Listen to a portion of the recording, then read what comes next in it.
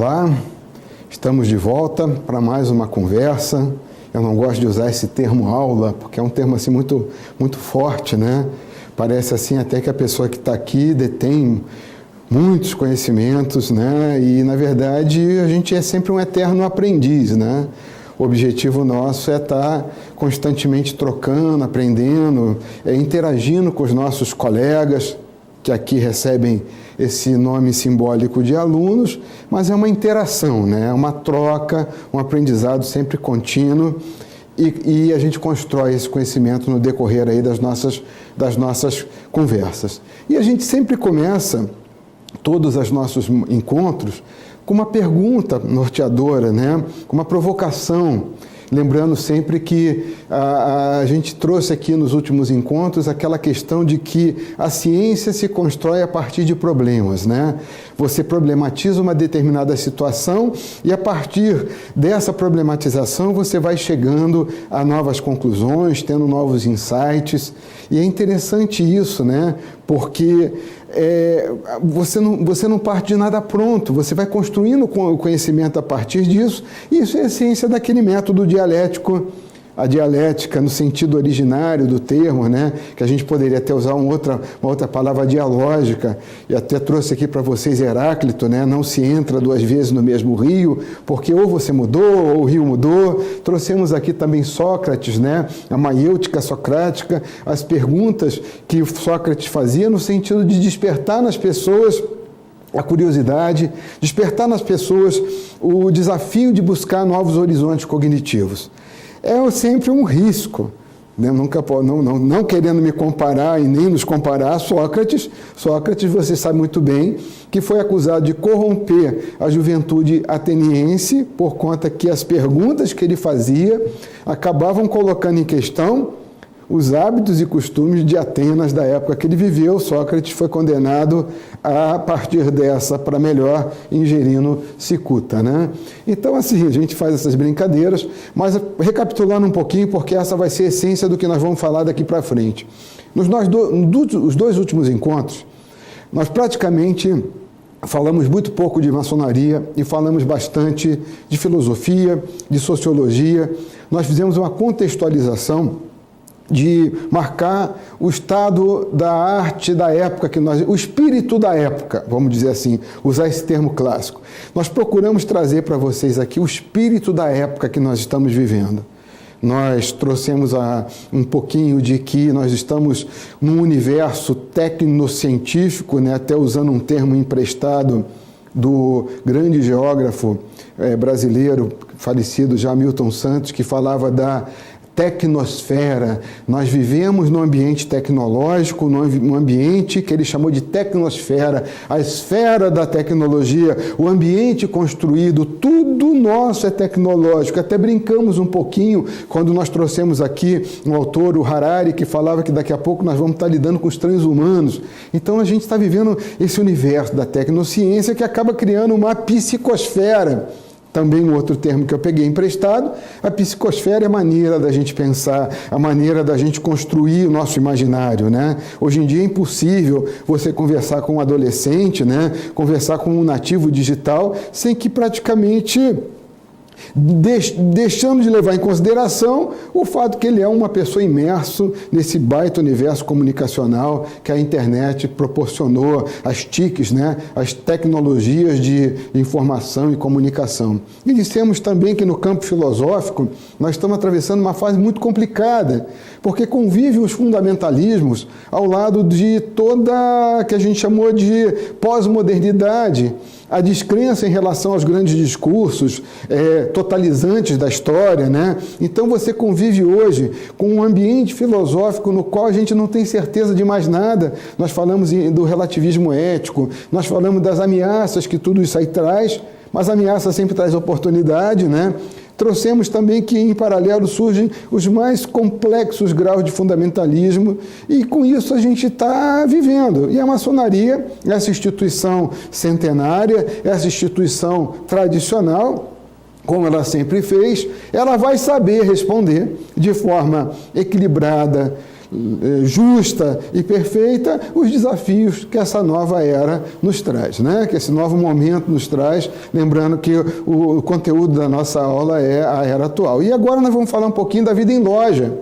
É importante nós levarmos em consideração que, se o contexto geral é um contexto diferente, repleto de estímulos, repleto de desafios e de oportunidades, por outro lado, é exatamente na loja, com a vida em loja, que o maçom vai se consolidar, vai se construir, vai fazer a sua carreira maçônica, e a gente tem que analisar isso um pouquinho.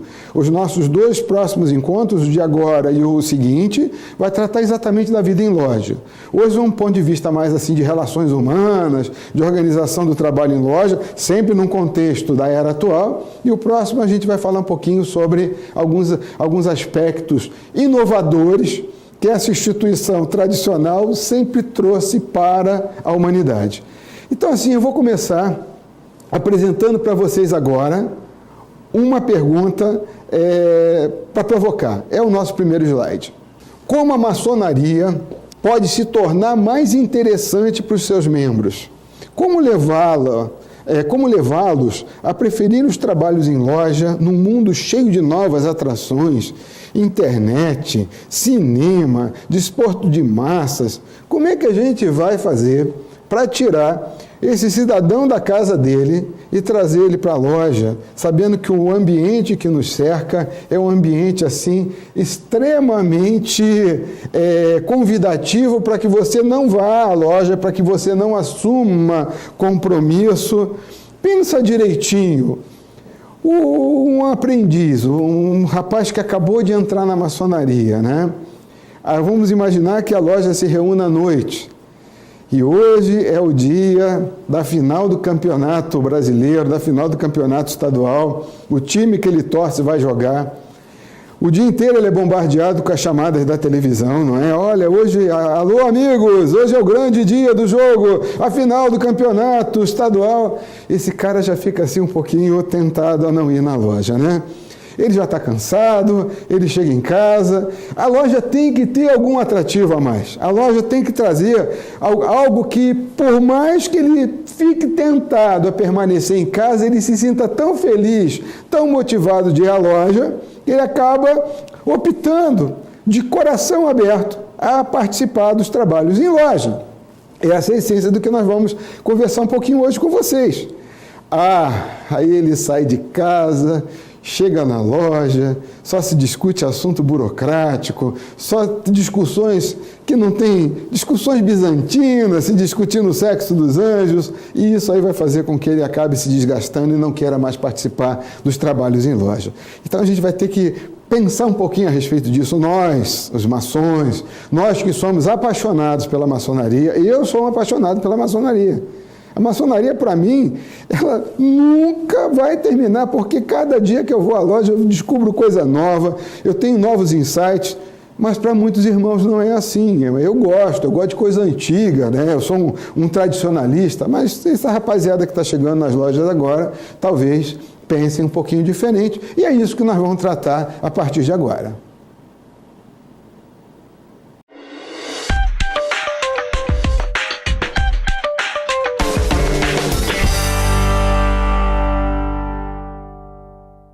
Então, antes da gente começar essa nossa conversa, vamos retomar o conceito de loja. Qual é a etimologia da palavra? De onde vem a palavra loja para nós, maçons? O que significa uma loja? Eu trouxe uma lâmina, um slide que é bastante assim esclarecedor, e eu tenho certeza que isso já foi discutido aqui em outros encontros, mas é sempre bom retomar o conceito de loja, é o que nós vamos ver agora. A loja, né, a etimologia da palavra, é um termo neolatino, né, que tem várias versões, né, do italiano, do francês, loge, do espanhol. Nós temos essa palavra do inglês lodge, né, que na verdade a origem desse termo é do latim locus, é lugar, local, sítio, posição, né, é um abrigo. Mas agora falando maçonicamente, né, é um abrigo no qual os trabalhadores se reuniam, né, para discutir as coisas, para descansar, para fazer suas refeições, para trocar ideias. Então, a maneira com que nós na maçonaria entendemos esse termo loja é muito no sentido de abrigo, de refúgio, de local de reunião, né? Então, assim, é muito interessante.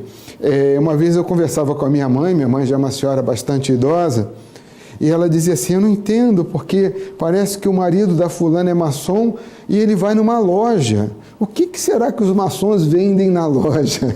Eu quase que eu digo, mamãe, não é loja de vender produto, é loja no sentido de abrigo, que os franceses e os ingleses usam outra palavra, né, magazine e outras expressões, para definir o local onde você vai fazer comércio. Mas para nós, os maçons, a loja é um abrigo, é um refúgio, né? Então, fico imaginando, no início lá da maçonaria operativa, depois de um dia de trabalho, né? Aqueles trabalhadores reunidos, conversando, discutindo, fazendo todas aquelas atividades naquele refúgio. E a loja, para a gente, deveria de ser um refúgio também. A loja, para nós, deveria de ser aquele local onde a gente se desvincula das atividades cotidianas, da vida profana, de toda essa canseira que o dia a dia nos traz. E aí, na condição de maçons, na hora que nós vamos para a loja, a gente faz aquela pausa no tempo, não é? E vamos discutir outras coisas, vamos nos confraternizar com os nossos irmãos, vamos aprender a filosofia maçônica, vamos praticar o ritual. É uma parada no tempo, é um refúgio dentro desse mundo tão conturbado. A loja deveria ser um locus privilegiado, um local privilegiado, no qual nós recuperaríamos as nossas energias, né? Seria um local de refazer do cansaço da vida cotidiana. E aí eu vou usar aqui, meus irmãos, fazer uma brincadeira com a questão da etimologia. A loja como abrigo, né? Tá. Então, vamos pegar um pouquinho dentro da etimologia da palavra ética. A palavra ética vem do grego etikos e quer dizer referente aos costumes. A etimologia da palavra ética, ela tem duas raízes etimológicas. Uma vem de ethos, escrito com a letra epson no início, ethos na condição de valores que você tem, de costumes, de hábitos, né, a serem cultivados pelo indivíduo. Mas ela também tem uma outra raiz, que é ethos, escrito com eta, é um E mais fechado, que quer dizer caráter, mas ao mesmo tempo quer dizer abrigo. Opa, abrigo, refúgio. Então, será que também a gente não pode pensar no conceito de loja como sendo assim uma espécie de abrigo existencial, da mesma forma que a ética, e eu volto a Heráclito, uma vez citado por Aristóteles, que ele falava ethos antropodaimon, ou seja, o caráter é o gênio protetor do homem, ethos antropodaimon. Então, o que Aristóteles puxa essa expressão lá de Heráclito para dizer o seguinte, que o homem de caráter, o homem que adquiriu os valores, os princípios da cidade, né? Lembrando que a ética aristotélica era sempre uma ética política, lembrando polis na condição de sinônimo de cidade. Então, o homem de caráter, ele podia assumir o quê? A condição de um indivíduo plenamente capacitado para desempenhar a sua cidadania. E aí, né, o homem de caráter era o cidadão, lembrando que quem não poderia viver na cidade, segundo Aristóteles, ou era um deus ou uma besta selvagem. Então, na condição de cidadão pleno, eu teria que viver na cidade. Na polis, para isso, eu teria que adquirir e introjectar aquelas virtudes necessárias à vida na cidade. Construir o meu caráter. E o que é o meu caráter? A minha morada, ethos, caráter, ethos, morada, a minha morada existencial. O homem de caráter está revestido de um abrigo, de um refúgio que lhe confere condições de viver em sociedade. Quem sabe então a loja não é aquele lugar que nós vamos lá na condição de trabalhadores da pedra bruta, no sentido de desenvolver o nosso caráter, né? No sentido de construir o quê? Aquele refúgio existencial dos bons costumes. Por que não fazer essa analogia? A loja na condição de refúgio, a loja na condição de oficina, a loja na condição de ateliê, no qual nós construímos o nosso caráter, que é exatamente a nossa morada existencial. Então, assim, é apenas para a gente fazer as ligações que se fazem necessárias, né? Quando a gente abre um pouquinho nossos horizontes. E aí, voltando de novo ao conceito de loja, né? Vamos retomar o nosso slide aqui, é o nosso abrigo. Nosso abrigo é a nossa proteção, é o nosso refúgio. Eu gosto muito dessa palavra, né? A loja também é um agregado sociológico. Um grupo de pessoas que se reúne de forma contínua, construindo uma grande interação social. Vamos analisar isso com um pouquinho mais de calma. Depois a gente volta para a imagem, porque ela é muito importante.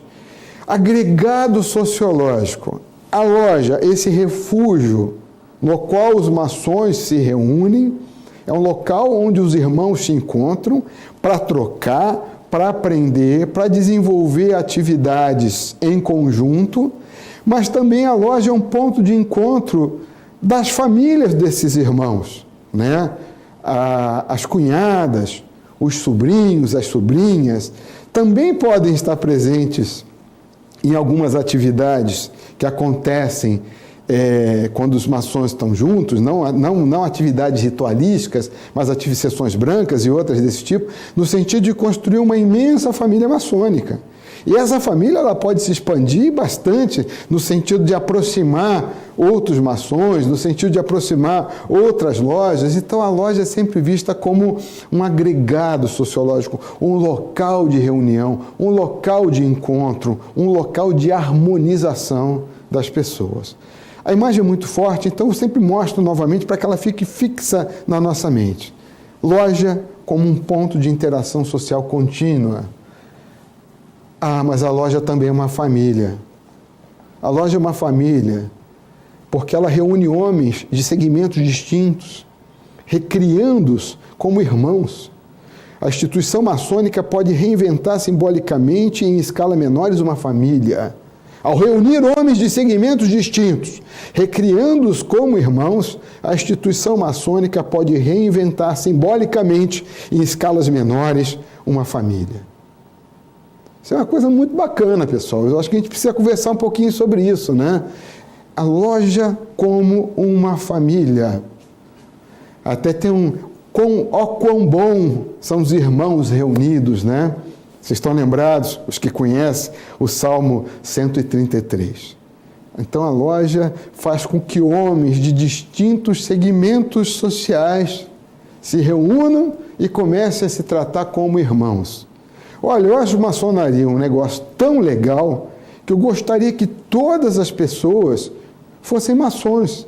Mas não é maçom no sentido de, eu pertenço a um grupo seleto de pessoas que têm um conhecimento. Não! Um grupo de pessoas que se tratam como irmãos e que tem como objetivo principal a construção do seu caráter, lembra de Aristóteles, da ética, mas também a construção de um mundo melhor. O grande edifício da maçonaria, a grande construção é um mundo melhor. Então imagina uma sociedade na qual as pessoas se tratem como irmãos, não é? Então esse é um ponto muito importante, porque às vezes a gente esquece disso. E um outro ponto importante também é que a maçonaria traz pessoas de todos os segmentos sociais. A gente sabe de pessoas importantíssimas dentro da história maçônica.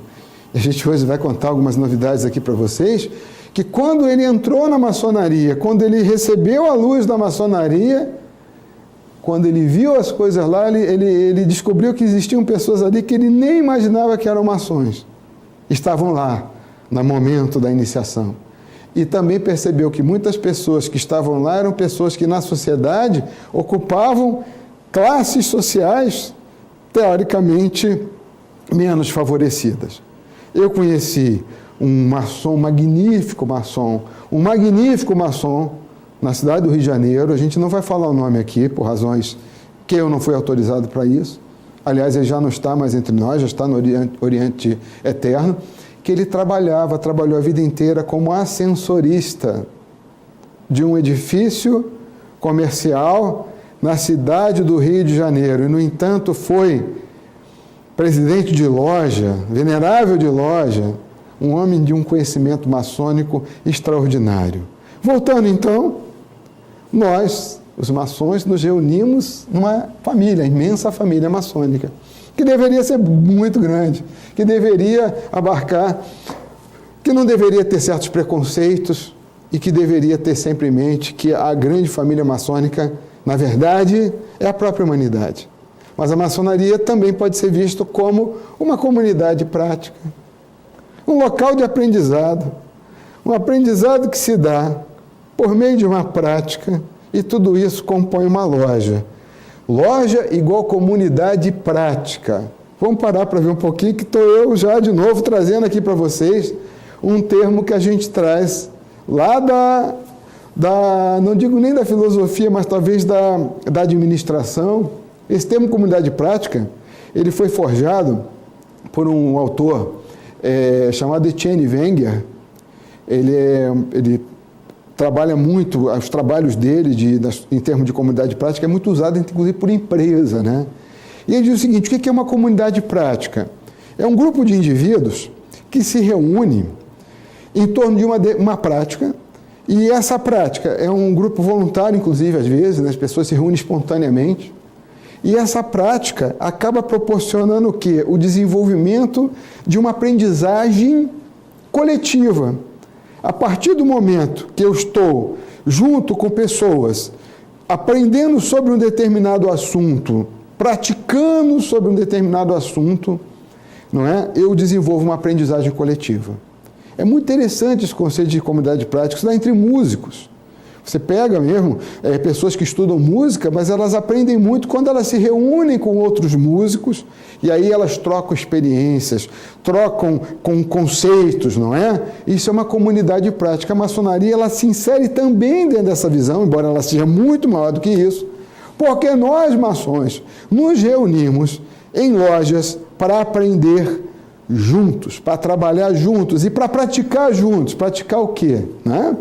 Nós estamos trabalhando no sentido de desenvolver uma atividade a nossa prática é dilapidar a pedra bruta, é construir homens melhores, é construir uma sociedade melhor. Voltamos aqui para o nosso esqueminha.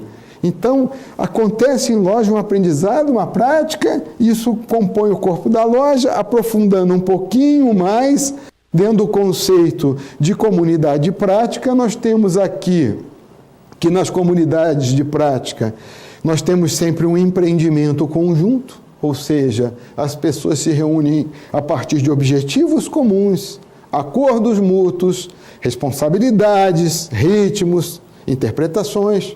Nós temos o engajamento mútuo, ou seja, a gente faz as coisas em conjunto, desenvolvemos relacionamentos,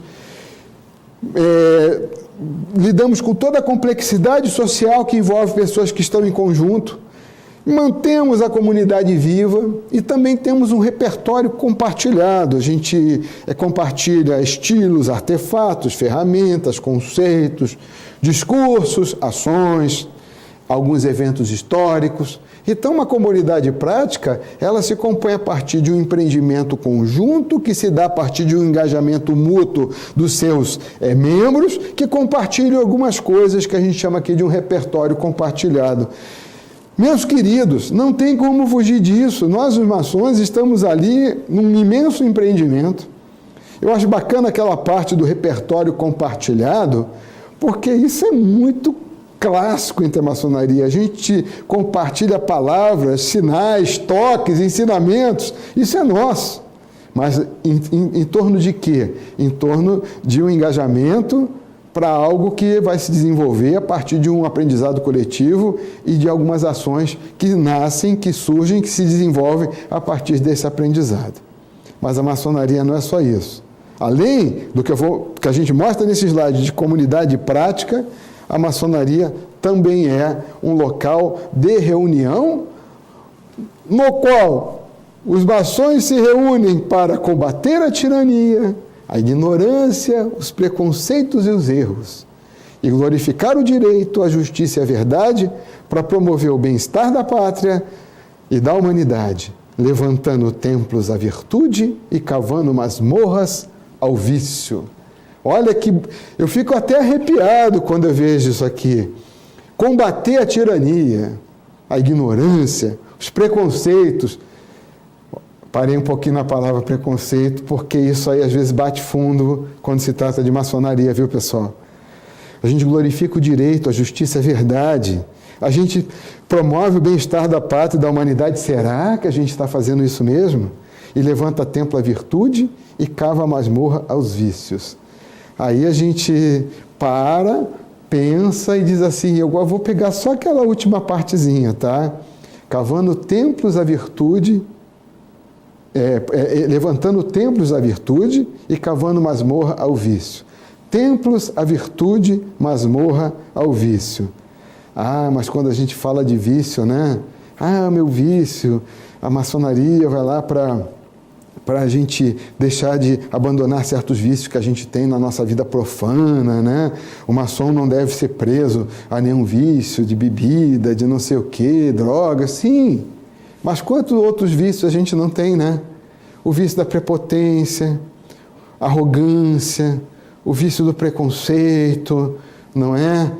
Então, é importante a gente ver que combater os vícios e enaltecer a virtude também significa um trabalho muito forte, tendo como objeto de trabalho a nossa personalidade, porque vício, muitas vezes, é a nossa incapacidade de fazer parte daquela família maçônica, exatamente porque nós não temos condições de viver em sociedade, porque nós somos pessoas preconceituosas, muitas vezes nós somos pessoas arrogantes, nós nos atribuímos a condição de sermos donos do conhecimento e com isso nós nos tornamos pessoas extremamente difíceis de se lidar, as relações humanas se contaminam com a nossa presença, e isso aí a gente tem que parar para pensar no que pode ser feito para modificar essa realidade.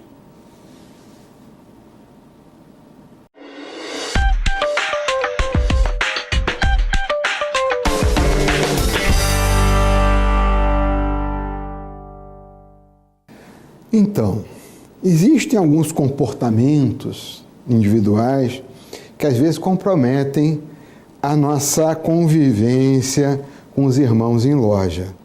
Isso é um problema muito grande. Se a gente analisar as pesquisas que estão surgindo nos meios maçônicos em relação à evasão dos irmãos, uma das causas que são apresentadas é exatamente ao lado da loja não trazer assim muitos atrativos, são questões de relacionamento interpessoal. Nós vamos falar bastante disso, mas antes de começar a falar sobre isso, vamos recordar de novo a questão da loja, o que é mesmo essa loja? Vamos lá? Então, a loja é um centro de união, no qual se desenvolve um verdadeiro e puro sentimento. A loja deve cultivar liberdades individuais, fraternidade, igualdade de direitos, solidariedade e lealdade. Na teoria, isso é uma maravilha, né? Na teoria, quando a gente fala de centro de união, quando a gente fala de fraternidade, quando a gente fala de igualdade de direitos, a gente fica até meio assim animado. Mas será que é assim sempre? Será que é sempre desse jeito, pessoal? Então, a gente precisa ver uma questão que em qualquer grupo social, qualquer momento em que as pessoas estão juntas, acontece um problema muito duro e isso está ligado ao que a gente chama de relacionamento interpessoal. Quando duas ou mais pessoas estão juntas, há sempre a possibilidade de conflito. Eu acho que esse é o primeiro ponto que nós precisamos agora parar e respirar um pouquinho e ver o que acontece, né? Por que quando duas ou mais pessoas estão juntas, sempre há a possibilidade de um conflito? Eu sou professor. Eu tenho muito orgulho de dizer que eu sou professor. eu ganho a minha vida como professor. Mas dentro dessa minha carreira de professor, eu já percebi algumas coisas. Grande parte dos problemas que nós temos em sala de aula, quando a sala de aula é presencial, ela acontece por conta de relacionamentos interpessoais. Interessante isso.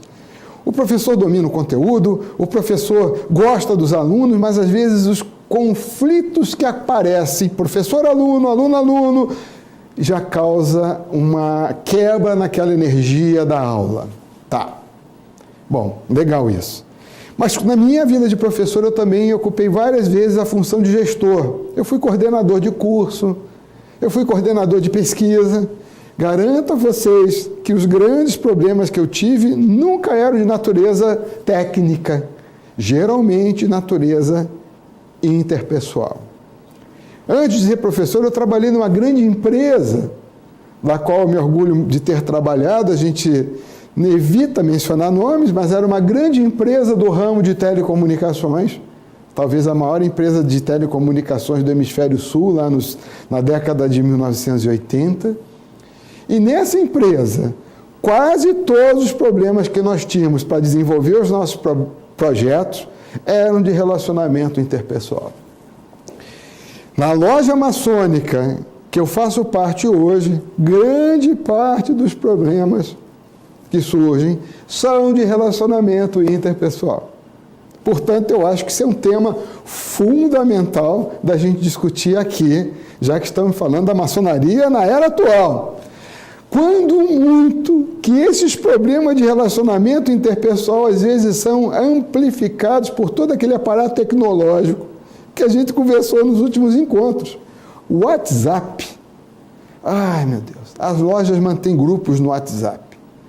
E aquilo ali, às vezes, passa a ser um momento de discussão, de briga, porque às vezes o irmão inadvertidamente compartilha ali uma opinião política que não é igual a de um outro irmão, aí começa aquele bate-boca pelo WhatsApp, é legal, né? Começa aquela troca de mensagens, às vezes o negócio fica espinhoso, às vezes dá briga, sabe? Provoca conflito em loja. Às vezes o irmão é infeliz, e as pessoas também têm dificuldade de ler, a pressa é tão grande, o mundo de hoje é tão apressado, que às vezes eu pego uma mensagem no WhatsApp e digo, isso é comigo, e respondo. No que eu respondo, eu comprei uma briga com o irmão.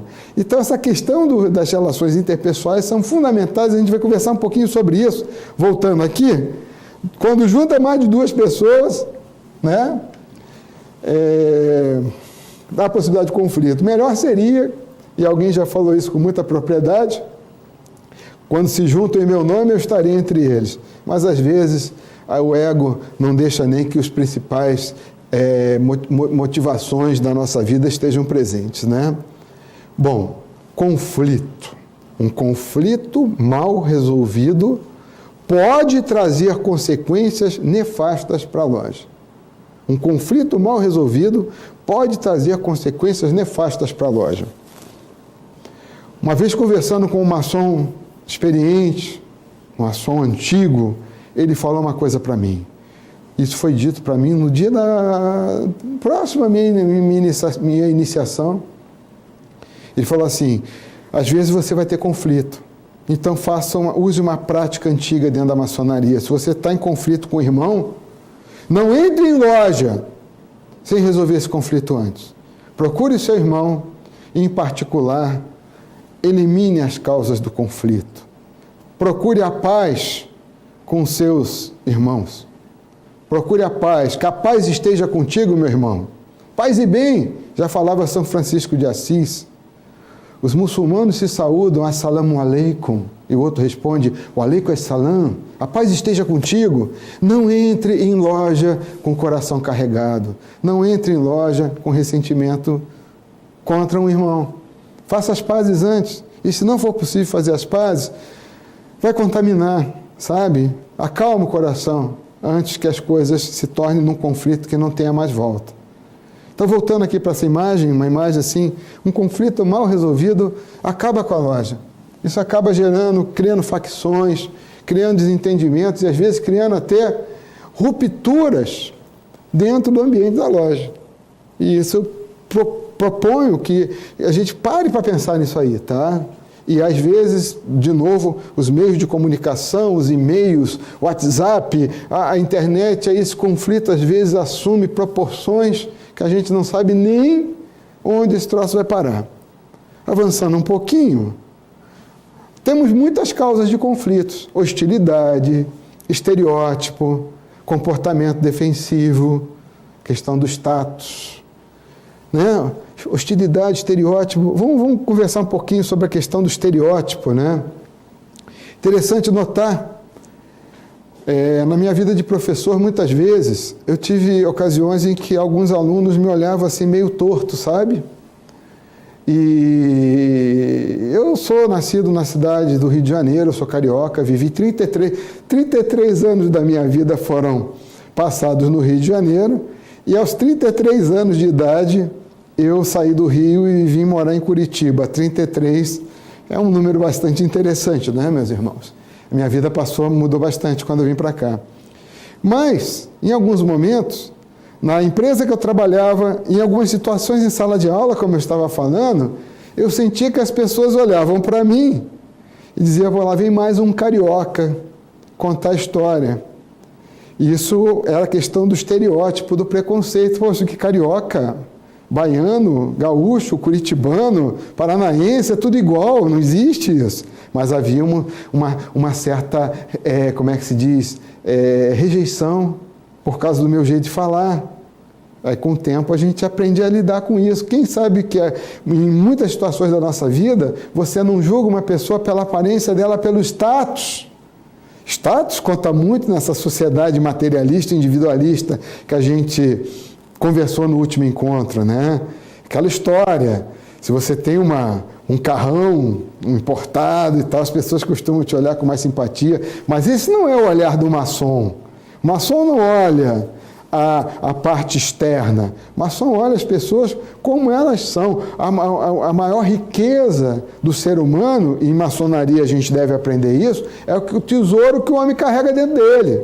São as virtudes. E olha, todo mundo tem vício, todo mundo tem qualidade. E a gente está aí para entender que se a maçonaria fosse um lugar só para homens iluminados, não teria necessidade de existir. A gente vai lá para trabalhar o quê? A nossa personalidade, a nossa pedra bruta, o nosso caráter, naquele refúgio chamado loja. Então, voltando aqui, hostilidade, estereótipo, comportamento defensivo, status, tudo isso atrapalha as relações humanas. Ao contrário, né? A gente tem que entender que existe todo tipo de irmão. Ah, mas tem um irmão que é tímido, tem irmão que é calado, tem irmão que é desconfiado. Ah, tem irmão que é grosseiro. Tem irmão que é grosseiro. Às vezes é um cara que é um doce internamente, mas a vida, até por conta, às vezes, do próprio ofício que ele desempenhou a vida inteira, ele tem uma forma de falar um pouco mais agressiva. A gente tem que... Tem um irmão que é indeciso, tem irmão que fala pra caramba. Eu me preocupo, porque às vezes eu estou nessa condição aí. Tem irmão que está sempre ocupado. Você tenta falar com o irmão, ele nunca está pronto para conversar contigo. Você manda um e-mail para o irmão, ele não responde. Ah, eu estou ocupado, não posso responder. Você tenta ligar para o irmão, ele não te atende. Até brinco, é muito comum eu brincar com alguns irmãos que estão nessa categoria de ocupação. Para falar contigo, eu tenho que mandar pedir uma representação do Vaticano, ou então da Casa Branca, ou de Brasília, porque falar contigo é mais fácil falar com o presidente da República do que falar com você.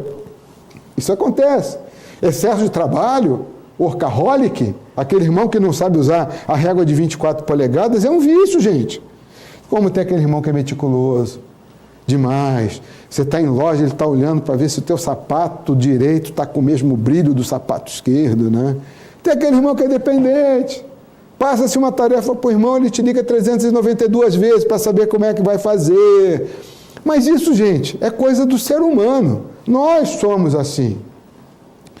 Pensando em termos de maçonaria também, tirando essas características de relacionamento, características pessoais, a gente sabe que tem aquele irmão maçom, que ele é um historiador, é um pesquisador da maçonaria, que apresenta trabalhos magníficos quando ele vai apresentar trabalhos em loja. Tem aquele irmão que é místico, ocultista, que vê elementos misteriosos em tudo que acontece na maçonaria. Tem aquele irmão que é o festeiro, que vai lá só para pensando, já entra com a cabeça na reunião que vai acontecer depois, no ágape. Ah, mas tem aquele irmão que é o que vai lá para fazer networking. Aquele irmão que é maçonaria, não entrou nele. Ele entrou na maçonaria, mas ele não se fez maçom. Ele é o cara que vai lá atrás de cargo político, é o cara que vai atrás de trabalho, de conseguir uma projeção social, uma projeção profissional. Também tem. Então existe todo tipo de irmão. E a nossa tarefa é pegar esse bolo aí e fazer disso uma coisa legal. Saber que as pessoas são diferentes, saber que as pessoas têm qualidades e também têm defeitos. A maior parte de nós tem mais defeito que qualidade, gente. Todos nós temos uma ancestralidade que é terrível. Nosso passado, na condição de ser humano, nos condena muito, viu? Nossos instintos, nossos desejos, não é nada que nos coloque na condição de anjinhos e seres iluminados, não. A gente tem muito trabalho para fazer. Voltando então, nós temos aqui irmãos e irmãos, e vamos ter que conviver com isso, com todo esse tipo de irmão.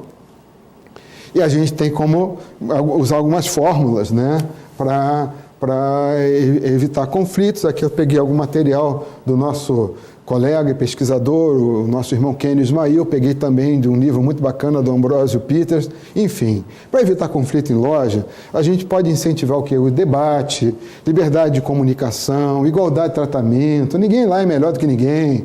Usar a dialética como arte do diálogo, a gente já conversou bastante sobre isso, né?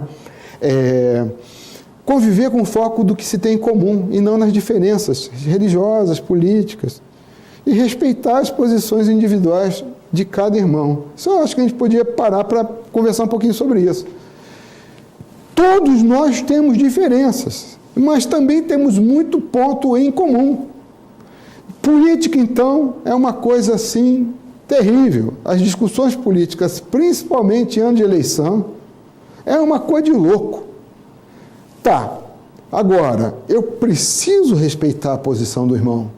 Ele é um cara que tem uma perspectiva, uma abordagem mais conservadora, mais, sei lá, esse negócio de falar direita e esquerda me complica muito hoje no mundo, né? Mas, enfim, posições divergentes.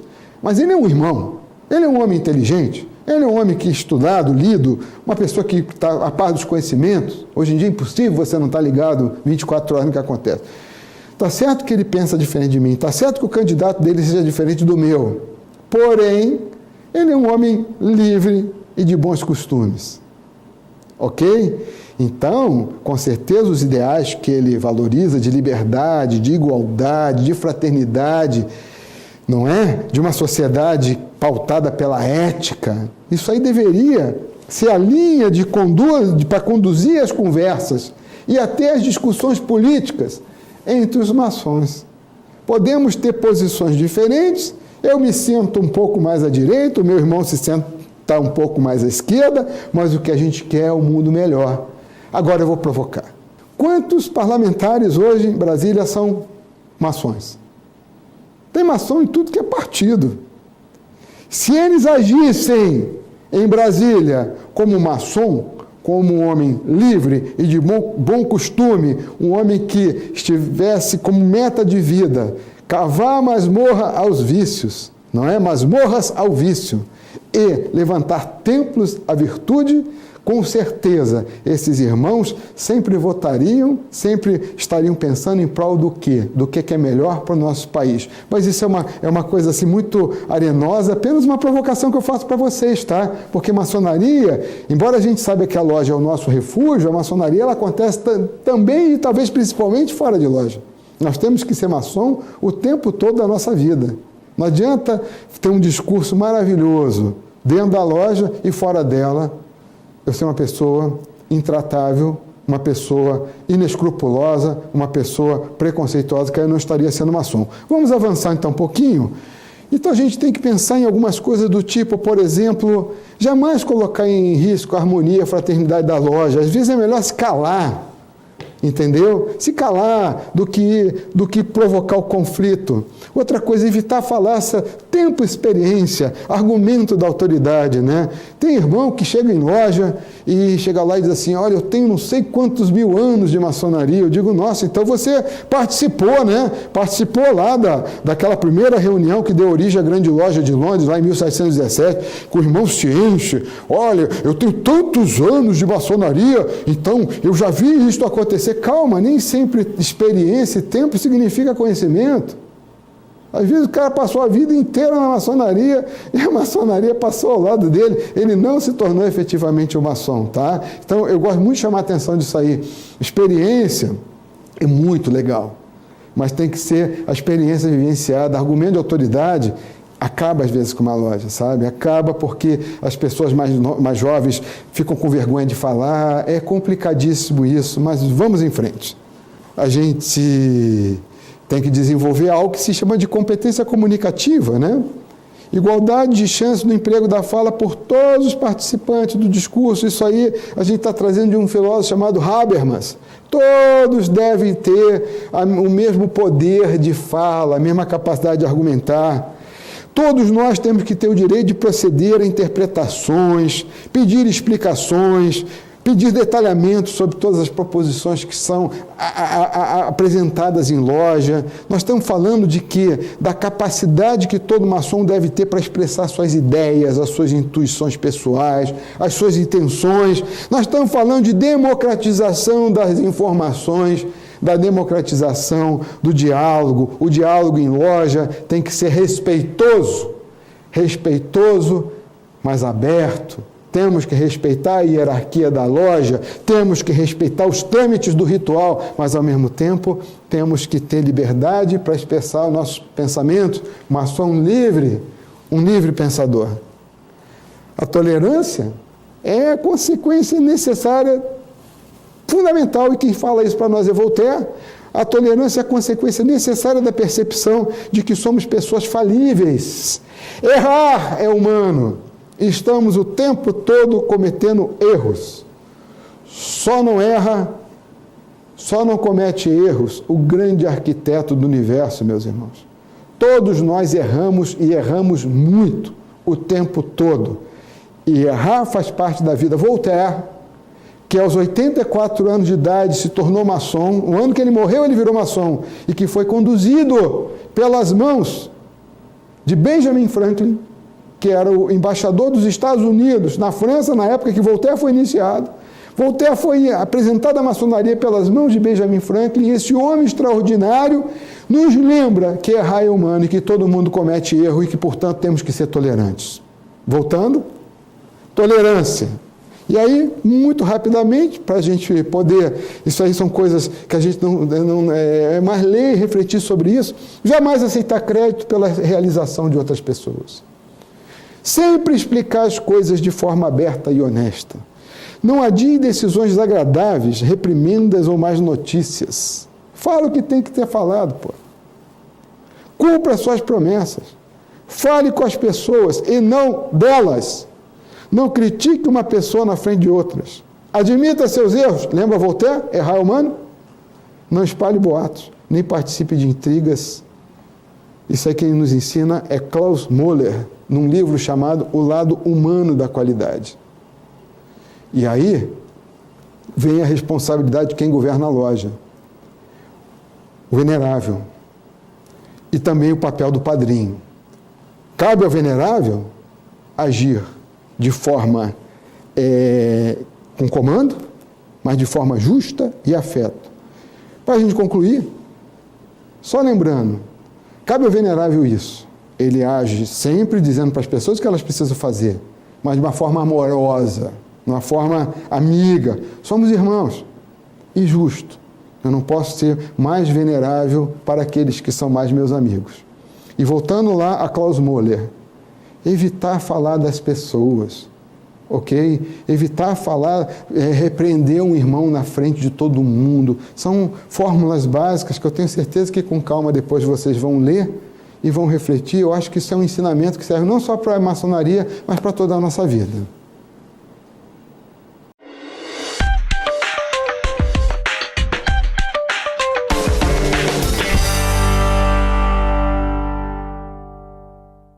Bom, se existe, assim, às vezes uma imagem vale mais do que 1000 palavras. E eu trouxe para vocês, já que estamos falando tanto da vida em loja, um pequeno trecho de um vídeo, tá, que mostra um momento em que pessoas se reúnem para construir um celeiro. Daquele filme A Testemunha, com Harrison Ford, e eu acho que isso traduz de uma forma muito clara o que seria a vida em loja. Vamos ver o nosso vídeo?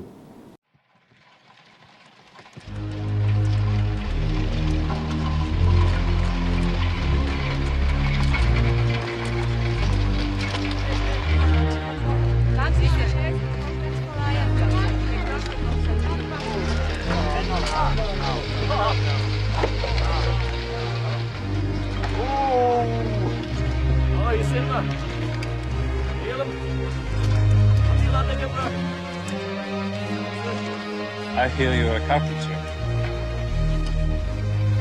Well, it's been a while. No matter, we can always use a good one. Hurry up now. We have a barn to raise and a day to do it.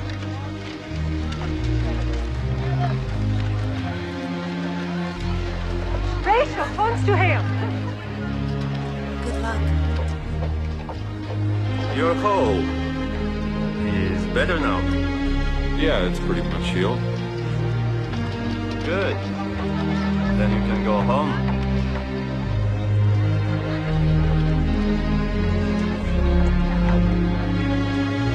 Das war ein guter Witz. Ziemlich still. Du bist still. Ziemlich still. Bist ready for Arbeit? Yes, sir. Ja, ich will mich da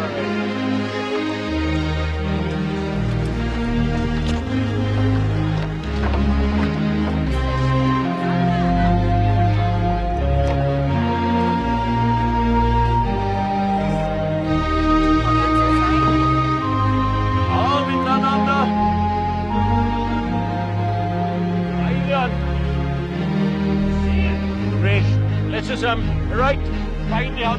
Chill. Chill.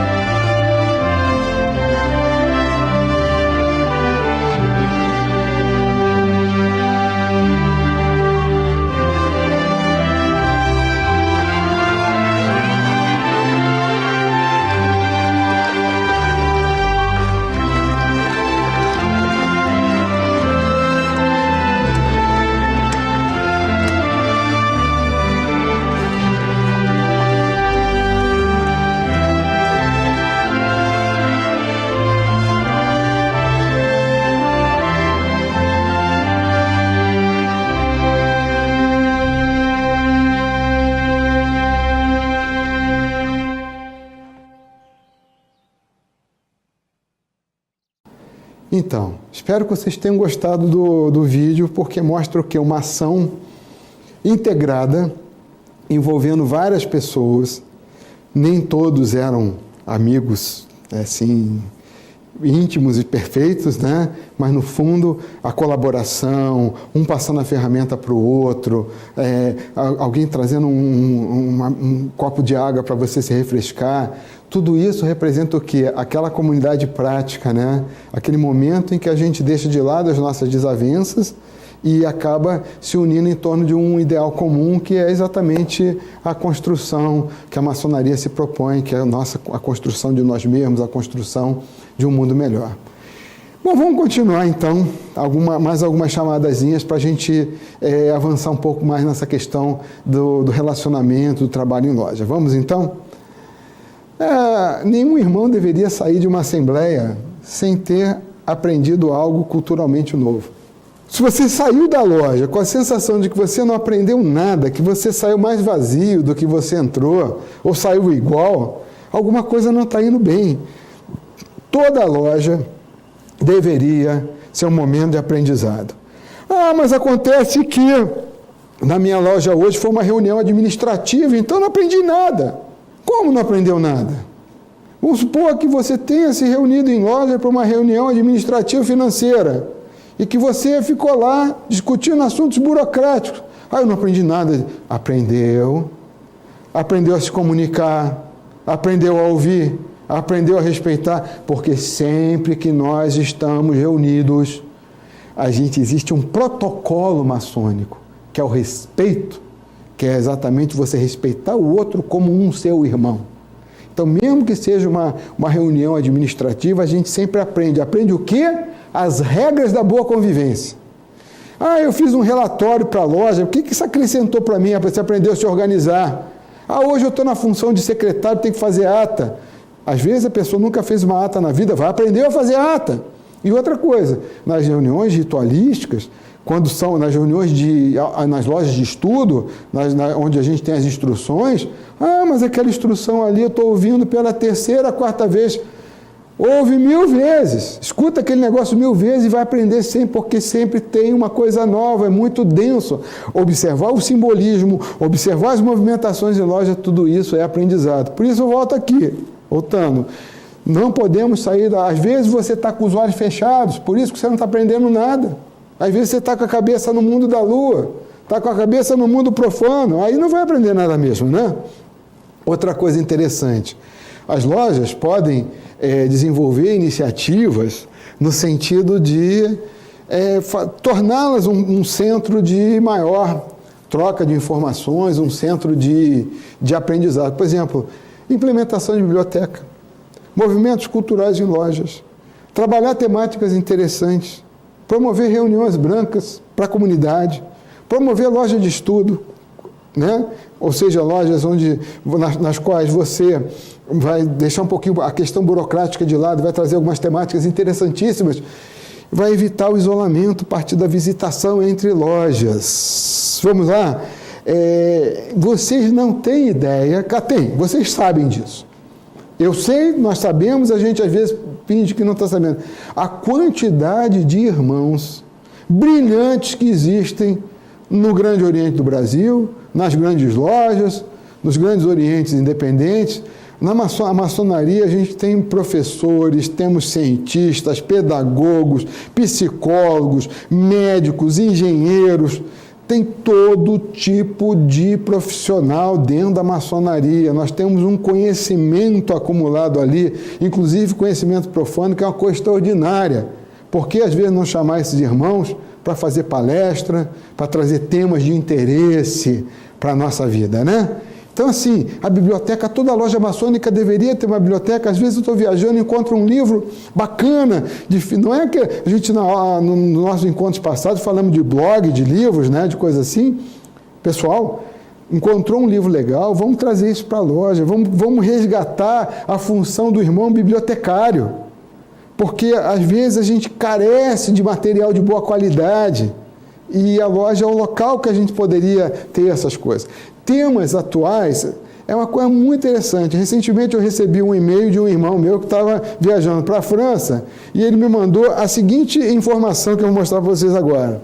Tá, tudo bem, Grande Oriente da França, apesar de todo o caráter histórico que ele tem, nós vamos falar isso em outra ocasião, mas é uma potência com a qual nós não mantemos relacionamento. Mas, de qualquer maneira, veja, uma conferência pública que vai falar sobre o Homo sapiens, do Homo sapiens ao homem aprimorado. Estou falando de bioética. Isso aconteceu no dia 18 de dezembro de 2017. Os caras abrem uma palestra para o grande público para discutir bioética. Com certeza, o palestrante é uma grande autoridade de bioética. Eu fui mostrar isso para o pessoal, meus colegas da bioética, que eu tenho uma atuação dentro da área de bioética, eu sou estudante dessa área, e eles ficaram fascinados, disseram, mas como é que esses caras trouxeram esse pessoal? Eu digo, é uma questão de querer. Já levaram Edgar Morin para fazer palestra.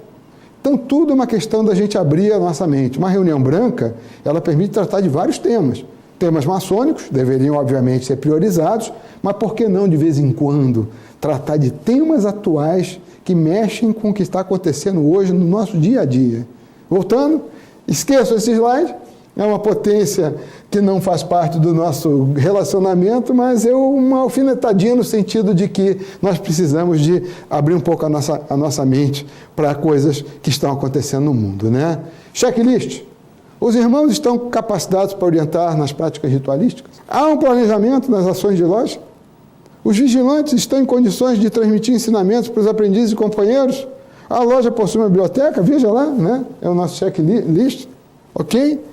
Então, gente, são pequenos detalhes que a gente tem que começar a parar para pensar. Deixar de pensar tanto burocraticamente e pensar um pouco mais em termos de qualidade do nosso trabalho. Então, para encerrar, só apenas um pequeno lembrete, não é? A gente tem que ter o maior rigor na seleção dos nossos candidatos. E temos que pensar na maçonaria em termos de qualidade e não apenas de quantidade. A maçonaria está tendo um momento de autorreflexão, de parar para rever suas próprias práticas e princípios, mas o importante é a qualidade, sabe? Quando você vai recomendar um irmão para a loja, traga um grande irmão, alguém que vai ser um tijolo a compor esse trabalho que a gente está fazendo. Menos gente, pense menos na sustentabilidade financeira da loja e mais na sustentabilidade, eu vou usar uma palavra forte, espiritual, filosófica da loja. Não vamos confundir meios com fins. A loja tem que crescer sim, mas o objetivo maior da loja é ela se tornar um núcleo de fraternidade de altíssima qualidade.